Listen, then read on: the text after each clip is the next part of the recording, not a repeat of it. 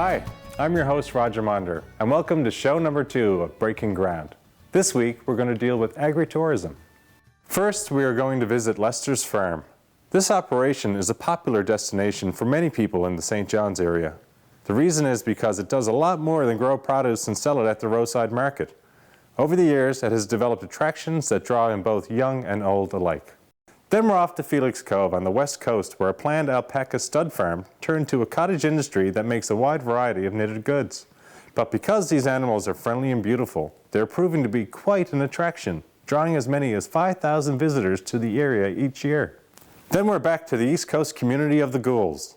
Here, Windy Meadows has expanded its livestock operation to include an interesting collection of attractions that include a petting zoo, corn maze, and many more attractions. And finally, Breaking Ground reporter Monique Tobin's guest is Mary Lester, who will show us why agritourism is fast becoming the new buzzword in agriculture all across the country. Now don't touch that remote. We'll be right back after these messages.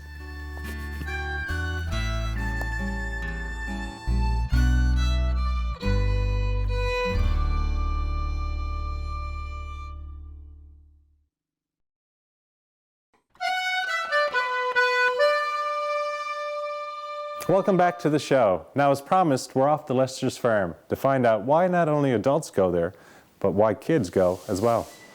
40% of carrots sold in North America are grown in California.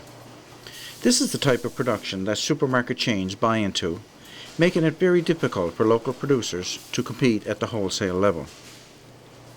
John Lester of Lester Farms describes the frustration he felt when selling vegetables wholesale. A lot of our product, pretty well 100% of it, is going to the wholesale market. And like I say, we were getting frustrated with competing prices, mainland produce coming in competing with our own and whatnot. So we decided that we'd probably explore the possibility of marketing direct to the consumer. And from very humble beginnings, we gradually replaced the 100% wholesale sales to a point now where it's gone completely opposite to that, and we now market 100% of our product right here at our market. Mary Lester looks back at the direct marketing move fondly, knowing that it has developed well, not only in produce sales, but also on a personal level with customers and employees. The first year, I think we were just a table on the side of the road. And we just grew cabbage, carrot, turnip, your basics, right? So the next year we figured, we'll make a little bit bigger shelter, and we done that. But I guess came into the third year, said we gotta put up a shed, and we kept on having to add to that.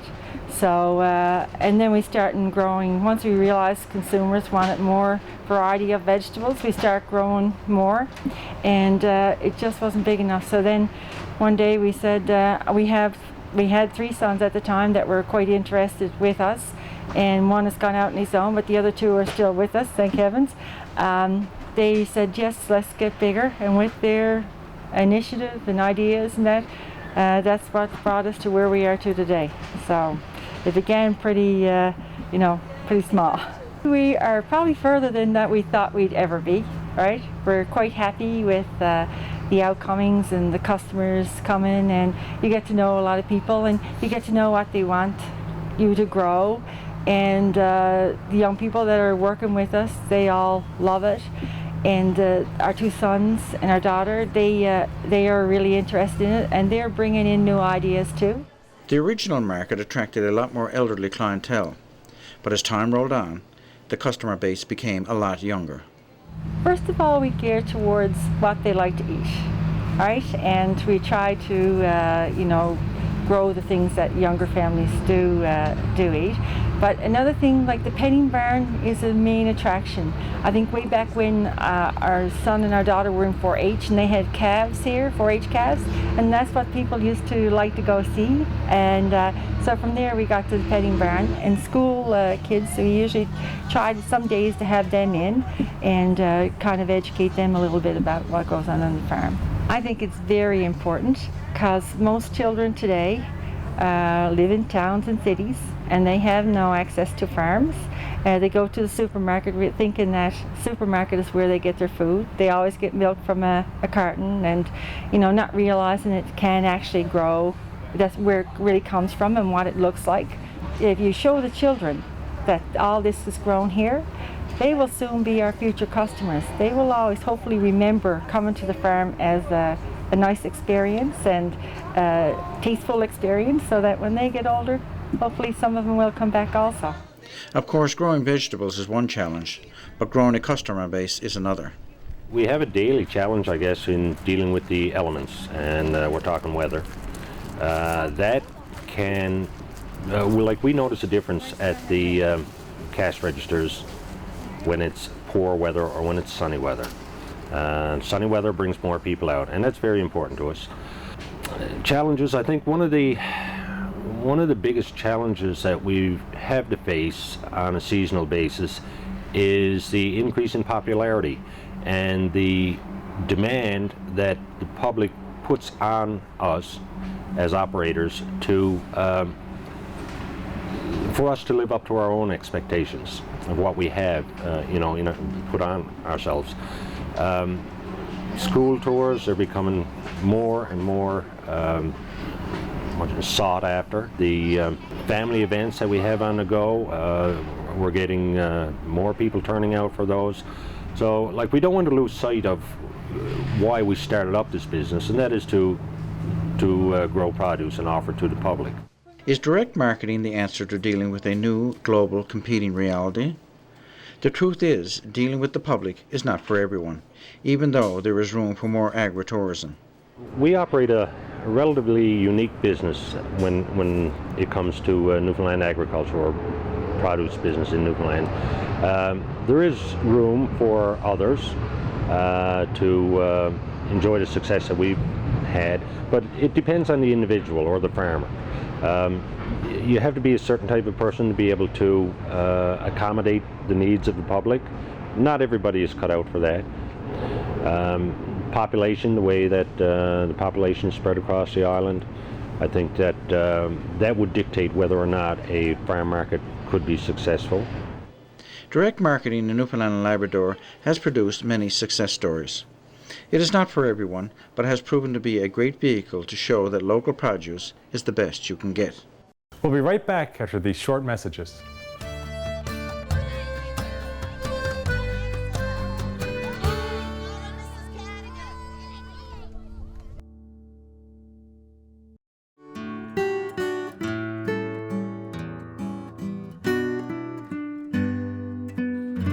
Now we're off to the Port-au-Port Peninsula, where a small animal called the alpaca is proven to be quite the attraction. The traditional faces of animals in Newfoundland and Labrador agriculture are the dairy cows, a wide variety of sheep found all over the province, beef cattle that provides food for our table, and chicken that gives us both meat and eggs. Well, here is a new face. It belongs to an alpaca. Its traditional home is in the countries of Bolivia, Peru, and Chile. But these beautiful creatures live in Felix Cove on the Port-au-Port Peninsula. They are owned by Ed Hutchins and Kathy Whitehead. They bought a few alpacas to the province with the intention of breeding and selling them. Ed explains. The alpaca industry, from the research that we did, our initial purpose with the alpacas is have the alpacas bred and sell the offspring. Alpacas can be very valuable depending on where you're selling them, and that was the whole purpose of our venture at that time, was to sell alpacas, provide stud service and stuff. But before any of that could get going, of course, we had to have more farms in the area that would require stud services and things like that. Here on the East Coast, there's not a great demand for them at this time. Hopefully it'll change, but so we're so far removed from that part of the industry that we ended up branching out into an area that we never even did much research into, and that was the fiber part of it. As it turned out, the fiber part of the alpaca venture was the one that grew into an ever-expanding business. Kathy explains how it all got started. The first summer we had our alpacas, a woman came to visit to the farm and she saw some of the raw fiber that we had made into wool. and she offered to knit it up. And I believe it was either a pair of mitts or socks that she made, and the minute she brought them back to the farm, somebody bought them. And that's how basically we started this whole fiber knitting business. Well, actually the craft store was an accident. It wasn't an accident, it's not something we had planned. We had originally started the farm as a breeding operation, but we had a lot of visitors. And the first spring we had them, the neighbor dropped by and said, you know, gee, maybe you should open a craft store or something. And we said, gee, that's not a bad idea. And so we had a craft store in the hayloft of our barn for the first 2 years, and sold a little variety of local crafts and a little bit of knitwear. We didn't actually understand the appeal of alpaca fiber. We didn't know how soft it was once it was knitted up, and the fact that it's much warmer than sheep's wool and it doesn't have that terrible scratchy feel. It also wicks moisture away from your body, so if you're perspiring at all or if you get wet, the moisture is drawn away from your skin. I guess you're only limited by your imagination. Right now we have 7 knitters, and we produce a line of scarves, hats, mitts, sweaters, socks. We're toying with different designs for hats right now. We also sell a felted hat. Our craft store has grown in the tourism business. We actually call ourselves an agritourism business. We see over 5,000 visitors a year here at the farm. This is an economically depressed area, and you know, we're happy that we're able to provide a bit of employment, and the knitters are fabulous. The product they're producing has been juried by the Craft Council of Newfoundland and Labrador. We really enjoy it. We both work for the RCMP off-farm, which can be very stressful at times. And we find being out in the barn, it's peaceful, and they're very non-demanding, and it's just, it's an enjoyable way of life. Believe me, a sweater made from alpaca wool is well worth owning. Time for a short break. When we come back, we're out in the Gouls at Windy Meadow Farms, where innovation is the attraction.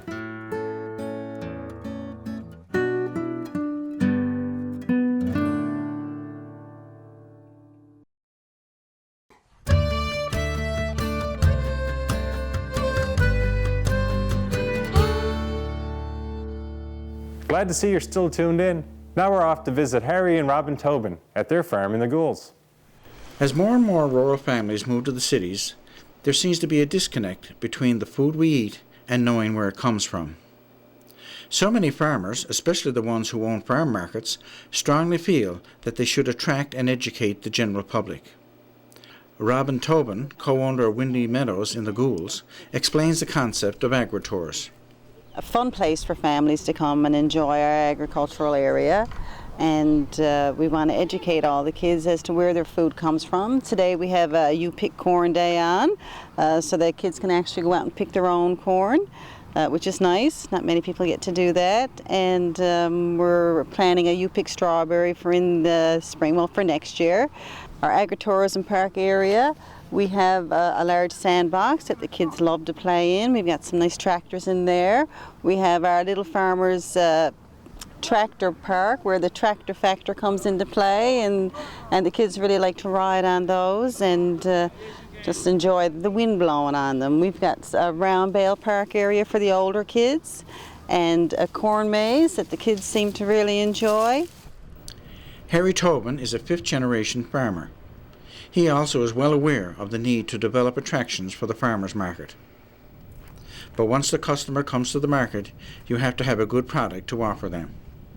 We worked in the dairy business for years, and we produced milk, and it went on to the dairies. And when we switched over to our beef idea, we after a while realized that we had to go directly to the consumer in order to make it work, because the share that you get from your bigger stores, the farmer gets, is very small, and it wasn't functional. So we decided that we would go directly to the consumer, and we would make these different products, and then we would be able to get the full flow in order to make the whole idea work and make it transfer. So then we decided to make the different products, and we decided too that we had to make a range of different products to bring different people in with different interests, and I think more and more farmers need to go directly to the consumer. And these farm markets right across Canada are propping up quite often, and they're doing quite well. And there's more and more consumers out there that are quite interested in going directly to the farmer and buying their products. And there's a lot of things that we don't use here when we're making our products. in different ways. We don't do different things we don't do with the meat, and there's different things we don't do with our vegetables and products. So you have another option. And of course, that other option is the chemical-free product. No growth hormones or medicated feed are used on this farm. We have our own feedlot and our own food sources, so we can have a consistent diet for the animals, which makes more of a consistent product. We use all certified Angus. That means that the mother or the father has to be full breed Angus. Now, about 75% of what we're using is full breed black Angus. Now, what the Angus does, it brings more of the marbling across in the meat, which gives it more flavor. So this is what we're doing, and through this, we make a range of meatballs, we make a range of hamburgers, we make a range of different sausages, and we're in the midst now starting up a group of smoked sliced meats products from it, and we're also into the midst of making up a pre-cooked meal line from it, of your lasagnas and your meat pies. And regular steaks and roasts, we have a Cyril, we have a full-time meat cutter on staff all the time to get any special cuts that you want, and there's a lot of different beef lovers out there that like their special cuts, so we try to do our best to get that to them. And not to be outdone, Windy Meadows offers a wide variety of pet food. It has proven to be a great marketing tool for obvious reasons. With the concern, a lot of people have concern over what their pets are eating today, and people really put a lot of effort and time and money into their pets. So since we're not using no growth hormones and rendering products in our diets, we have a clientele that are very interested in buying pet protein from us and making their own pet food, or we've been developing now a line of pet foods for people, and it has a lot of really healthy stuff in it and different vegetables, and there's all kinds of different nutrition in it. It's like a day diet thing. The face of farming in Newfoundland is constantly changing.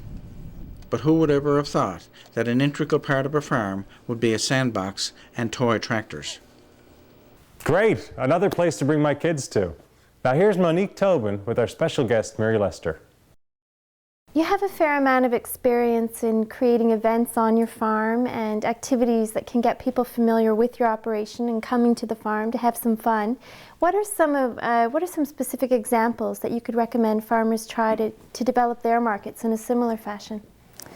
Well, one thing, I guess the penning barn, when we used to have a little small shed, I guess you call it, with our vegetable sales, people loved to go see we had a few 4-H calves there, and they always used to like to go over and pet them down and that. So I guess that gave us the idea, hey, like people would like to come to the farm to see the petting farm. So we said we're going to put that in there. But we've traveled to other farm markets in Newfoundland and in Nova Scotia and across Canada to see what else was attracting consumers. Our different, it wasn't only me, it was our sons that traveled there too, and my husband, and they got to see what people did want. So we came back and we tried a few things. Some of them worked and some didn't, but what works in one place may work in another. What works in one place may not work in another. The corn maze seems like it's a lot of fun, right? But here in Newfoundland, our weather isn't always good, so we can't avail of all that all the time. Usually the wagon rides and anything to do with animals, they do like. Pig racing we tried for 1 year. We've also got, on the farms here in Newfoundland, you also have you pick strawberries, you pick raspberries. It doesn't always have to be an animal, but people do love to go and see where their food is coming from, know that it's safe, and they'd love to spend the time going picking berries and coming back and bringing them back. They'll take so much at a time and take it and freeze it. You've recently attended a North American conference on direct marketing for agricultural producers. What did you take away from that you could pass along to farmers who were thinking about branching out and developing some of these activities? The first thing I think on it, if anybody's thinking about going and branching out into these activities, is they should attend one of those. The information, the experience, and the tips that you get from other producers across North America is overwhelming. They also, it's not only the fact that you get to exchange ideas with other farmers, but they also have a chance for you to, I guess, improve your operations. Like up there this time, they had it divided into 3 groups: your experiences with your direct farm markets, your agritourism, because there are farmers that just they invite people to come to the farm, and they just have agritourism. They have like corn mazes, jumping bags, horse rides, pig races. Probably they have a train of cows, like a train made of wooden cows, and on, so that they charge at the gate and ask you to come in, and they let you have fun while you're there. And the other one is personal development, and that would help you in giving you ideas and experiences of getting people to come back. Oh, great. Mary, thank you very much. You're welcome, Monique. Well, Mary certainly has given us a lot to think about, especially farmers. On next week's show, we're going out to Point Leamington to visit Roosevelt Thompson. Roosevelt and his 2 sons have survived in the pork business by being aggressive, innovative, and persistent. They grow their own hogs, do secondary processing, and distribute their fresh product to people who have been their customers for years. Then we're going out to Corner Brook, where Elvis Gillum has nurtured his roadside operation from the back of a pickup to a modern roadside market that anyone would be proud to own. And of course, 95% of his market product comes from his own farm. You can't beat fresh produce. And just for a bit of fun, we're off to the Farmer's Field Day. Lots of food, lots of animals, lots of music, and lots of kids. Breaking Ground's Monique Tobin will interview Andrea Bourne, Executive Director for the Federation of Agriculture. Andrea represents an organization that has over 500 members and is growing substantially every year. Well, I hope you enjoyed the show. I'm your host, Roger Monder. See you next week.